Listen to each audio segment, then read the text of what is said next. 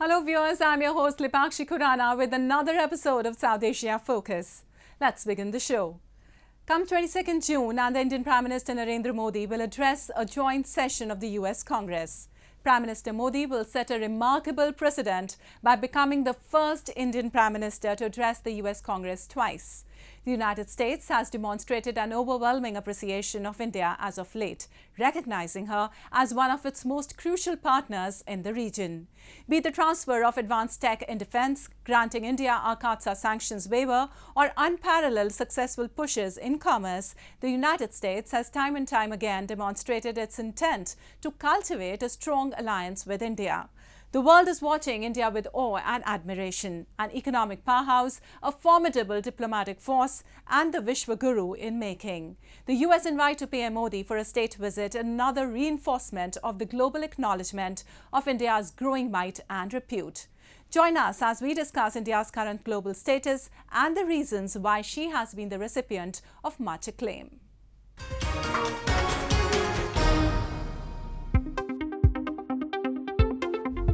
Kevin McCarthy, the Speaker of the United States' House of Representatives, sent out a viral tweet inviting Prime Minister Modi to address the joint session of the U.S. Congress. The moment was evidence to both the strengthening of the Indo-US ties and to India's swiftly elevating prominence in geopolitics. Prime Minister Modi's affirmative response served as an emphatic stamp of approval. Being called by many as a deeply deliberated, carefully calculated U.S. call, the stage for this highly anticipated visit was set by President Biden himself through his congeniality and deep admiration for the Indian leader during the recently held G7 summit.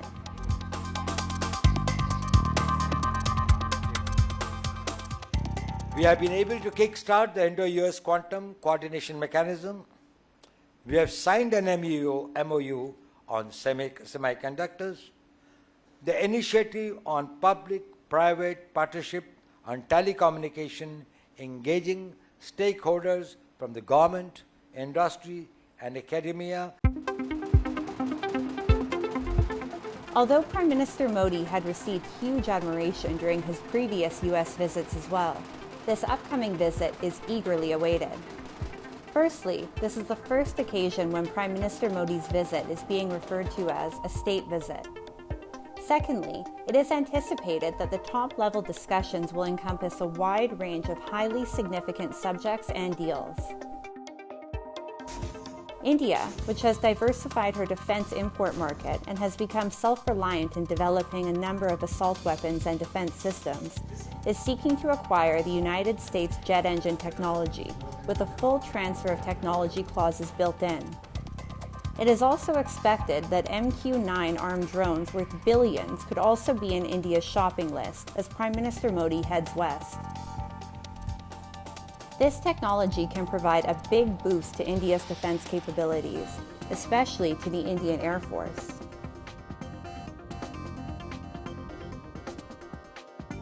It is expected that the United States will seek stronger Indian support in countering Chinese aggression in the Indo-Pacific.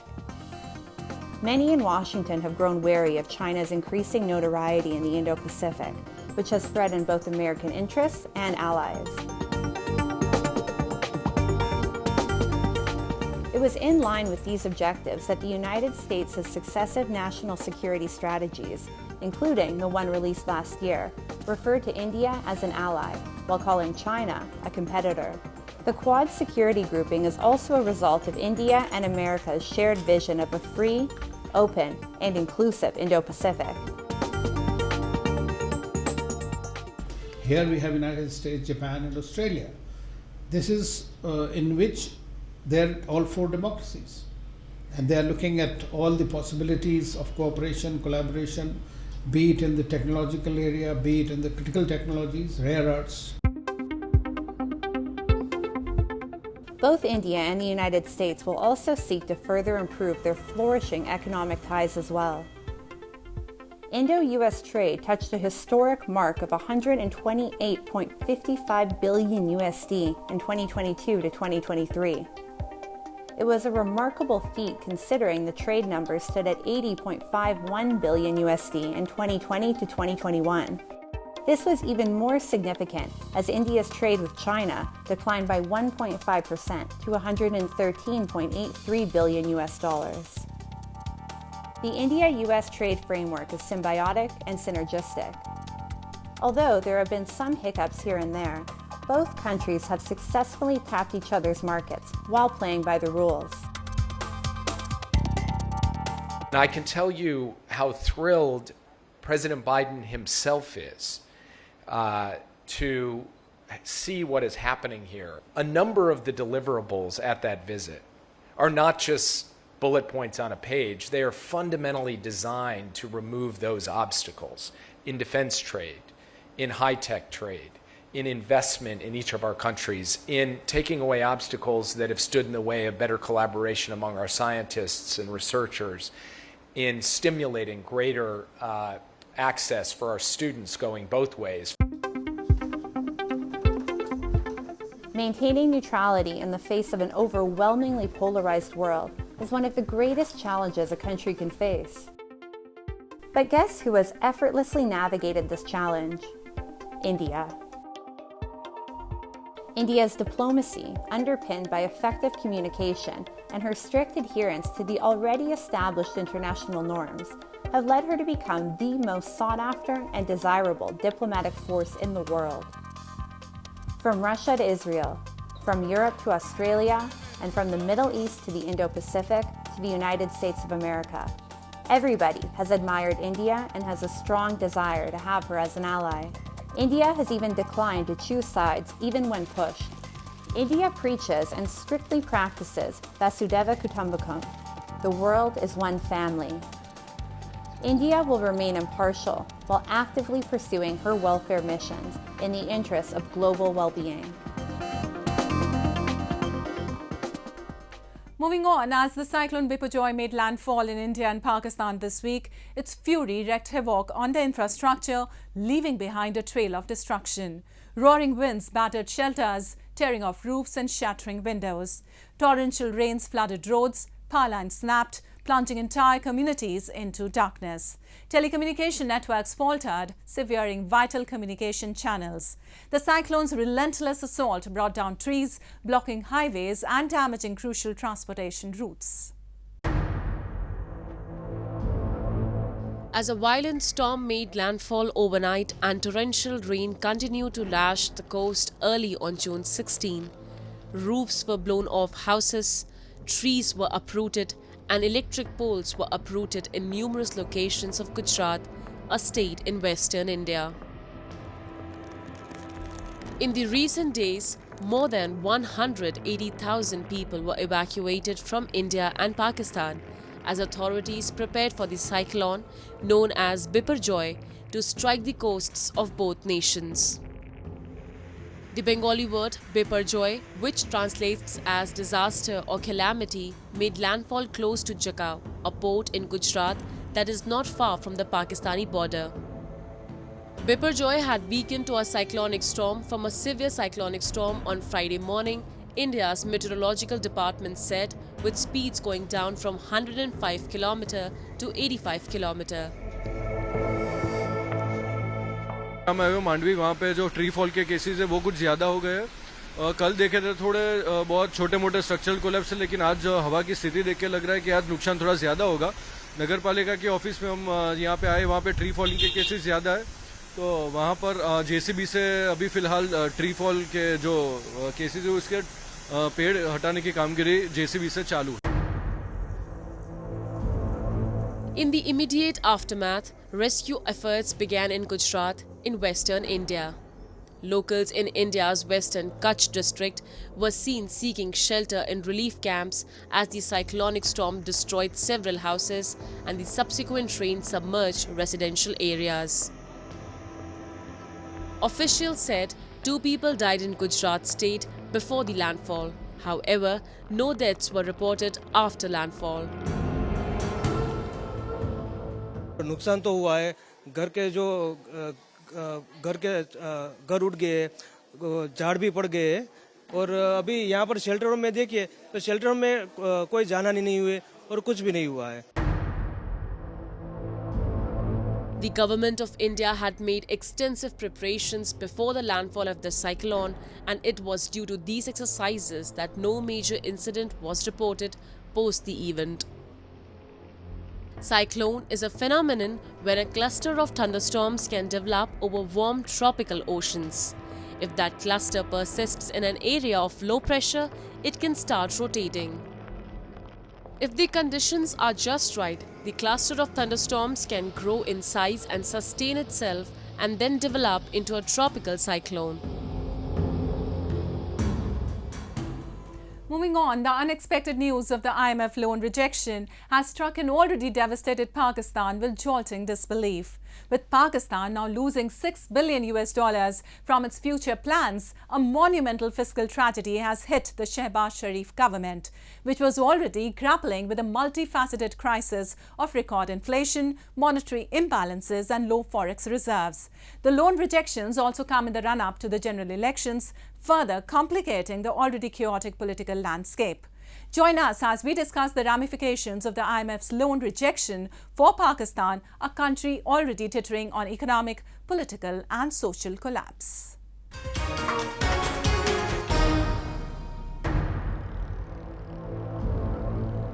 Pakistan's economic situation is worsening amid the growing political uncertainty in the country. The Islamic nation has cut its GDP growth estimate for the fiscal year 2022 to 2023 to 0.29% from an earlier estimate of 2%, raising concerns of an acute economic crisis. In the aftermath of the devastating floods in 2022 and the political chaos that erupted in the aftermath of Imran Khan's ousting and arrest, Pakistan's $350 billion USD economy has nosedived. Recently, the country's foreign exchange reserves had also dropped to USD 4.19 billion, barely enough to cover 1 month of controlled imports. Adding salt to the wound, the IMF rejected Islamabad's demand of 6 billion USD of external financing requirement based on new current account deficit data. The requested funds are crucial for Pakistan to avert a balance of payments crisis, and most analysts believe that even after the expiry of the current program, Pakistan will have to seek a bailout in the upcoming fiscal year in order to avoid defaulting on debt obligations. The 220 million people of Pakistan have been suffering due to economic turmoil in the country. Prices of essential commodities are skyrocketing. The country registered record high inflation of 37.97% in May of this year. Pakistan's currency has also depreciated as part of the IMF conditions to bring the country in line with the market-based exchange rate. Political and economic uncertainty in Pakistan have left people facing issues such as unemployment, inflation, and load shedding of cooking gas and electricity. जो हुकूमतें नाल हो चुके हैं, हुकूमत कर नहीं सकें क्योंकि सियासी बुरान भी है और माशी बुरान भी है। इस वजह से लोड शेडिंग गैस की अलग है तो बिजली की अलग है। बिल ज़्यादा भेज देते हैं और बिजली होती नहीं है और लोड शेडिंग इतनी ज़्यादा कर देते हैं। लोग और हम सब लोग परेशान हैं कि इसके लिए क्या करना चाहिए। गैस बंद पड़ा हुआ, अरे बच्चे का दलिया तक भी नहीं बना, छोटे मासूम बच्ची का हमारा, अब गैस का क्या करें? यही तो कह रहे, सुकून दे दो हमें, गैस भी दे दो, बत्ती भी दे दो, वे सुकून ही करी हुई है। क्या क्या कैसे हुकूमत से क्या कहें? The future of Pakistan appears bleak as the tussle between the army-backed Pakistan government and Imran Khan, the ousted former prime minister, continues. Many predict that the situation could further worsen for Imran Khan, who has been charged with 100 cases and is likely to be tried in military courts, which are notorious for human rights violations and other forms of grave crimes. Imran Khan has accused the military and its intelligence agency, the ISI, of working overtime to destroy his political party, Pakistan Tehreek-e-Insaf. He said that he had no doubt that he would be tried in a military court and thrown in jail.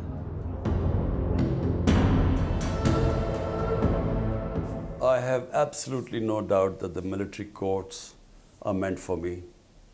They will have the guys who are being tried, they will have get someone to approve, become an approver, who will say that it was Imran Khan who instructed us to conduct arson.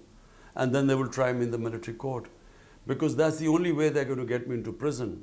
Because all the cases so far, 150 of them, the moment they go to court, they are so bogus cases, frivolous cases, they get thrown out. So their only hope, and because they are determined to get me out of the way, I think the whole charade of military courts is to imprison me in the end. Pakistan is slowly becoming a failed state due to political and economic instability, rampant corruption, and growing interference of the military in civilian affairs. As the country is expected to hold general elections this year, the political situation is expected to become even more hostile and volatile. Time now for Asia This Week, the stories from across the continent.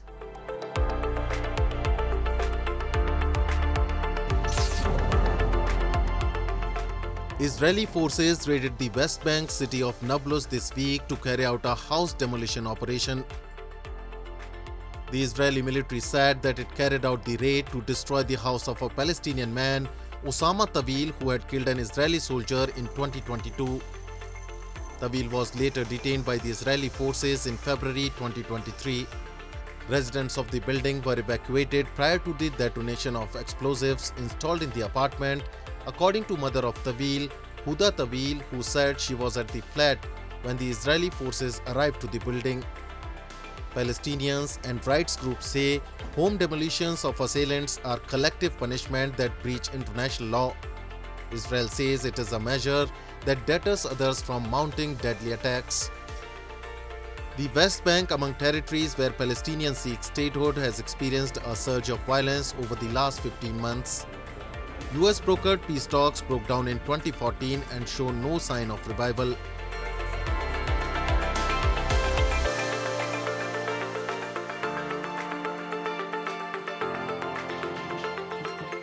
A Chinese naval training ship arrived in Manila, its last stop of a regional friendly tour, amid growing unease over Chinese maritime activities in the South China Sea. The vessel named Qi Jiguang is a giant training vessel larger than a typical destroyer. It departed from Brunei on June 8 for the Philippines as part of a 40-day trip which has included stops in Vietnam and Thailand before Brunei. At the end of its trip, the ship and its crew of 476 Navy students and officers will have passed through the Yellow Sea, East China Sea, South China Sea, the Gulf of Thailand and the West Pacific. Its arrival in the Philippines comes amid tensions with its neighbors over the South China Sea, which China mostly claims but parts of which are also claimed by Vietnam, Taiwan, Brunei, Malaysia and the Philippines.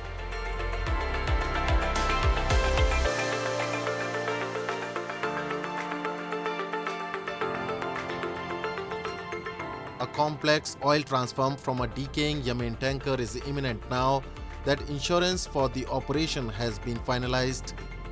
The United Nations have been warning for years that the FSO safer could break up or explode any day, and it could dump 4 times as much oil into the Red Sea as 1989 Exxon Valdez disaster of Alaska. The safer has been moored off the coast of Yemen since 1988, but maintenance operations on board have been suspended since 2015 due to the country's civil war. According to the UN Development Programme, UNDP, insurance has become a critical element to enable the salvage operation to proceed.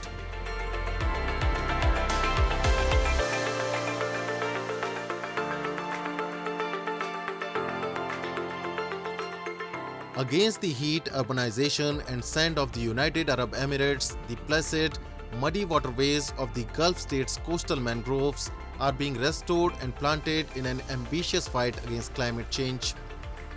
Tropical mangrove forests are complex ecosystems anchored around mangrove trees that thrive in inhospitable, hot, muddy and salty conditions. They protect coastal communities against storms and floods, host diverse and threatened species and can soften climate change by capturing atmospheric carbon. The UAE, which will host the COP28 climate summit in December, has been planting mangrove trees, since its founding in the 70s and plans to plant another 100 million mangroves by 2030. According to the United Nations Environment Programme, global mangrove forest in 2020 had declined by 3.4% since 1996 but stabilized in recent years. Older mangroves store more carbon, and the UN says the success rate of artificial mangrove restoration projects can be quite low.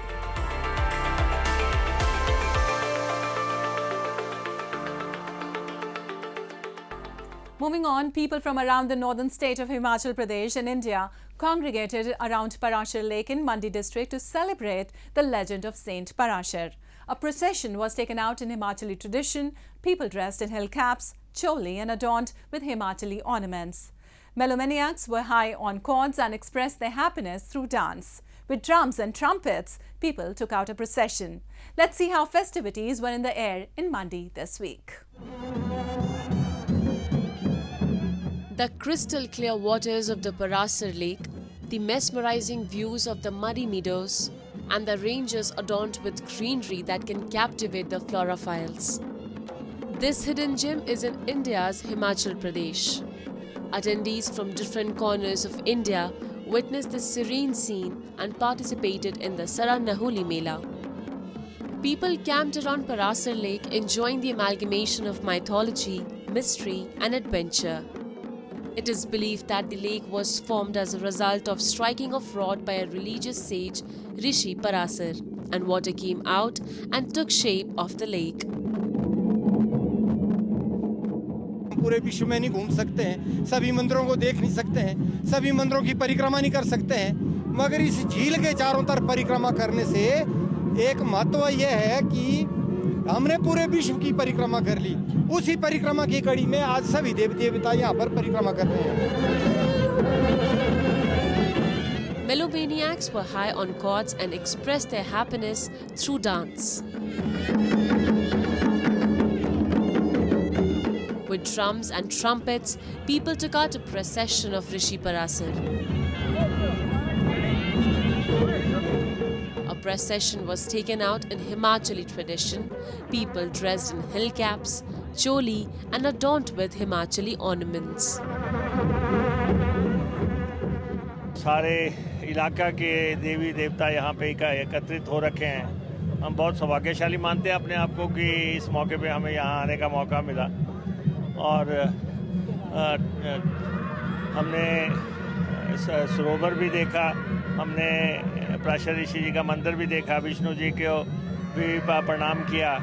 तो आप देख रहे हैं ऐसा जो ये सिर्फ एक मेला नहीं है, ये तो एक अद्भुत स्थान है जिसे देखना ही हमारे लिए बहुत सौभाग्य मैं मानता हूँ. People gathered in circles, singing songs and telling stories spread by sage. The panoramic views, religious practices and cultural threads make Parashar Lake a must-see. Paradise lays in Himalaya, and so does Himachal Pradesh's Mandi in the lap of Himalayas. And celebrations here connect people to unharnessed beauty of nature. They say Himalayas are a paradise, and so is Himachal Pradesh's Mandi in the lap of Himalayas. And celebrations here connect people to underexplored beauty of the nature. With that, we come to the end of this week's episode. See you next week. Goodbye and take care.